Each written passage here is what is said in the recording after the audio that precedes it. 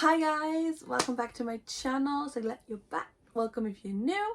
My name is Natalie and today I'm coming to you with my June wrap-up. As you can see, I'm in a bit of a different location because my husband is working from home today. Normally would be my filming day, but he is home today, so I'm in the bedroom. Let's go right into it.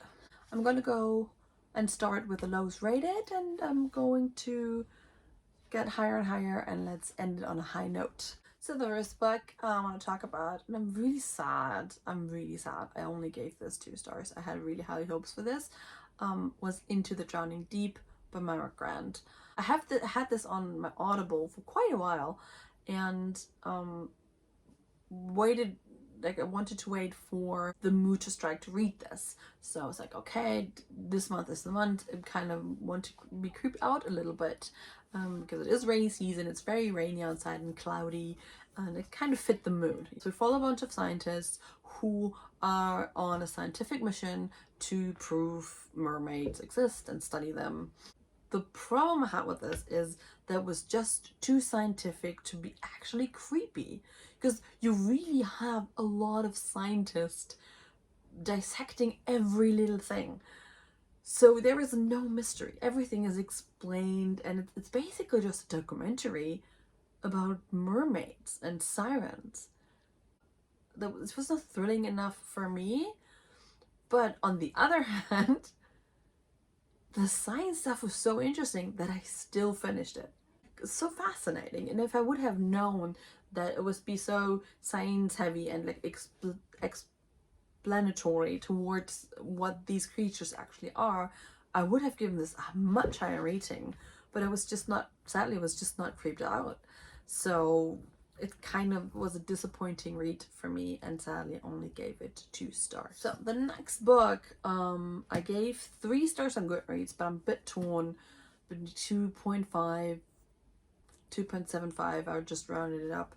But this is, wait, Tief and Wald, what's the English title? The Beast is an Animal, sorry. The Beast is an Animal by Petronelle van Arsdale. This is her debut novel. She also wrote The Coldest in Her Bones, which I read last year. Yes, and really enjoyed. Also in hindsight bumped up the rating for the other one after reading this. So in this one we follow Alice, and we start when she is 7 and her village is attacked by soul eaters, and she and all the other kids survive. All the adults, their souls get sucked off the body, and they all die. She and the other kids, the other surviving kids, are brought into a neighboring village, very religious neighboring village, and it's basically just the story of her finding out what these creatures are, what the beast is they're all talking about, etc.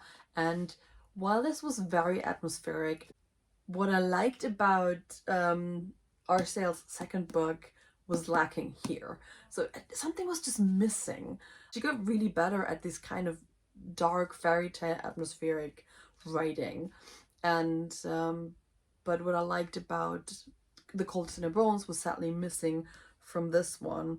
So I gave this 3 stars because I still enjoyed the read, but I cannot pinpoint, I cannot put my finger on what was missing for me with this thing. But yes, still recommend if you wanna dip your toes in a bit of like dark fairy tale-esque very quick read if you want that. The next 3-star read I have, I cannot go into much depth because it's volume 3 in a series, but it's Ni Jugoji Akasaka de by Natsuno Hiroko. This is a boys love manga series following 2 actors who play in a series together and fall in love. And this is volume 3. I only gave this 3 stars because nothing was really accomplished. I feel like we're kind of repeating the same formula over and over again. So I was hoping for more for more. I was hoping for more. If you want to know more about this, I will talk about my favorite manga series, boys on manga series, in my next video. So definitely come check it out next week. But this was only 3-star, but I'm still plan on continuing with the series whenever the 4th one comes out. Probably next year somewhere. So we're moving on to my 4-star reads. The first one is Ariatne by, oh god, what's her name? Jennifer Saint. I also listened to this on audio. I'm a huge fan of like Greek mythology retellings, and I was very intrigued by this because the only thing I know about Ariadne is her involvement in the fall of the Minotaur and like her connection to Theseus. And I was just under the impression that we really just get more in depth about what happened with her, the Minotaur, and Theseus, but it's actually her whole complete life, which was a really big surprise for me.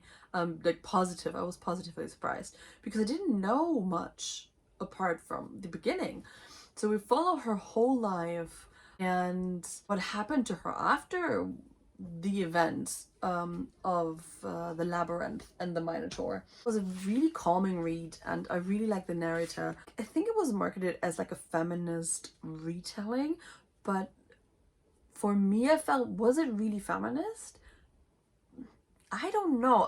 Maybe it was just lacking for me, but especially on Ariadne's journey, yes, what some of her way of thinking was really well, felt like the feminist coming out, but she hardly ever acted on it, was my impression.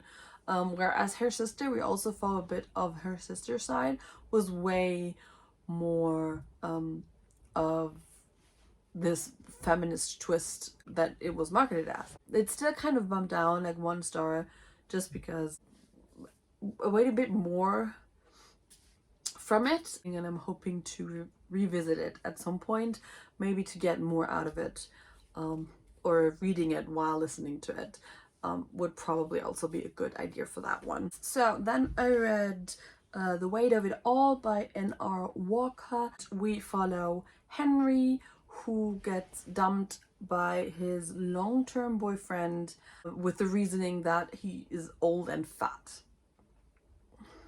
First of all, excuse me, sir,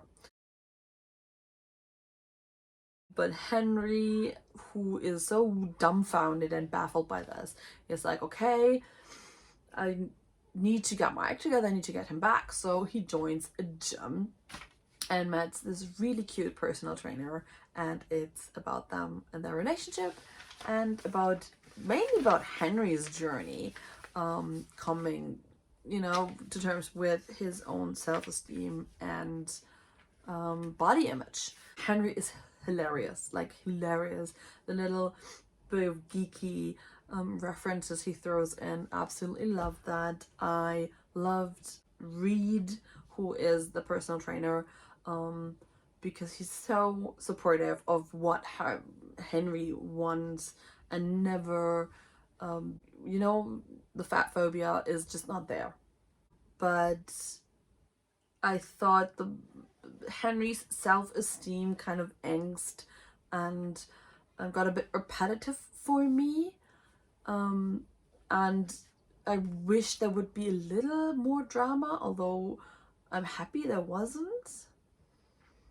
But yes, I really enjoyed this. I thought they're really cute together. Reed was very respectful and supportive and never ever talked about Henry's weight or his self image in every negative way. So that was very, very nice. But I also I wanted to mention this because I saw it in some people's reviews on Goodreads. It might trigger some people by Henry's weight loss journey and what he's going through to achieve a healthier life.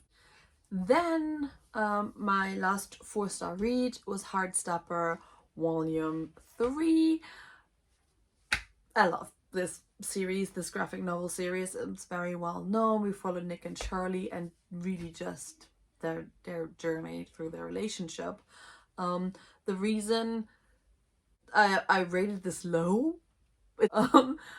is because it sets up a lot of things that are going to happen from now on. But I think apart from that, I was missing a bit more depth, especially after volume 2, which comes later. Spoilers. So I was also not a fan of like the whole school trip thing. It's just not my thing, my theme. I don't know. I don't enjoy it all that much. But anything lower than 4 stars is just, it's not gonna happen for Heartstopper. And while we're at it, right into the 5-star reads, Heartstopper Volume 2. I cannot tell you how much I love this volume. I think I even enjoyed it more than Volume 1.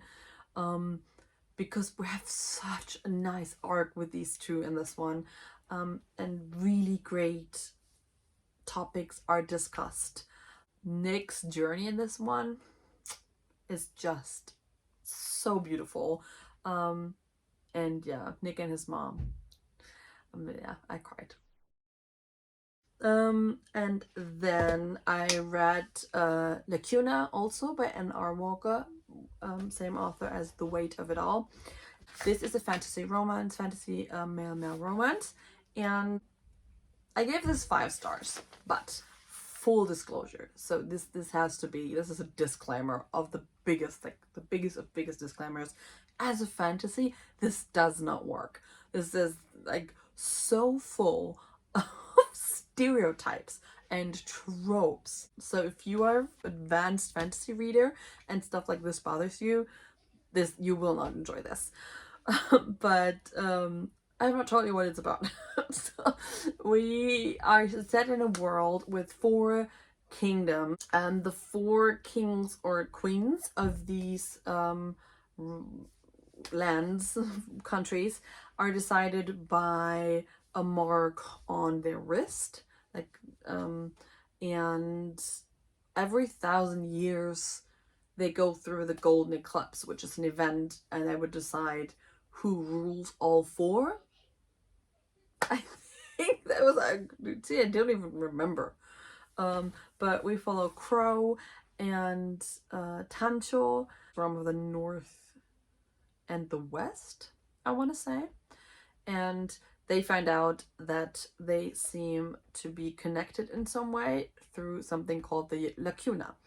And they're destined to be together, like physically, not in this kind, but like physically together. They cannot part 20 paces from each other without excruciating pain. This is the setup for now, but yes, as a fantasy this does not work, but this ticked all of my boxes. So we have enemies or rivals to lovers, we have forced proximity, found family in this one too. The characters are great,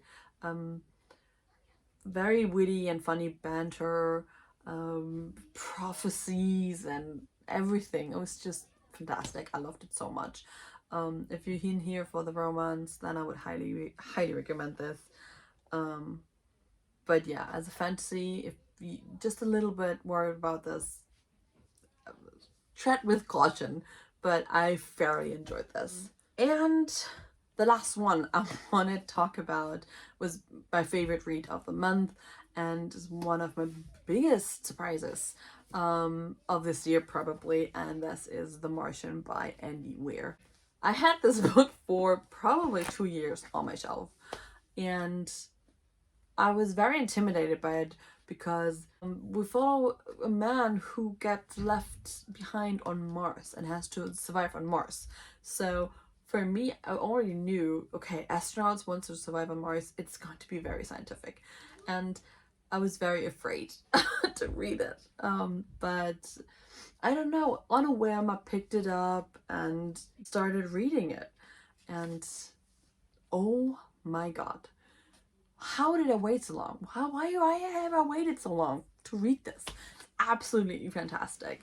So yes, as I mentioned, we follow Mark Watney, who gets, after like a freak accident, gets left on Mars and has to survive. And it is mostly written in log entries that he writes. This is so funny and so interesting. I think I'm a Goodreads. I called it Surviving Mars for Dummies, because Mark Watney basically, because he doesn't know if he survives and who will find these log entries, so he writes them very accessible. So even if you're intimidated by the science, I would definitely highly recommend you pick this up. Even for someone who does not know science, like, whatsoever. I read a lot of science fiction and I'm still, the science part is always where it gets me. But highly recommend this for anyone, basically. I'm definitely going to pick up Hail Mary now. Project Hail Mary? Project Hail Mary. Yes, because fantastic. Fantastic. And yeah, let's put this. There we go. Yes, and there you have it. These were the 9 books I read this month. Leave a comment down below if you liked any of these, or not.